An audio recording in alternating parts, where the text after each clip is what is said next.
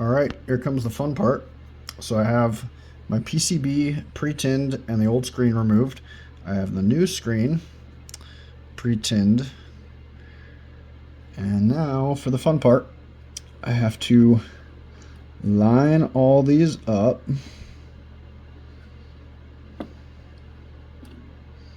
Attempt to line all these up. And once I have it perfectly in position,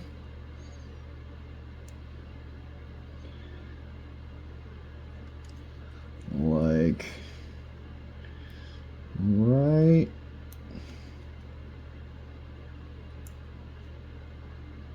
there, basically we'll grab my soldering iron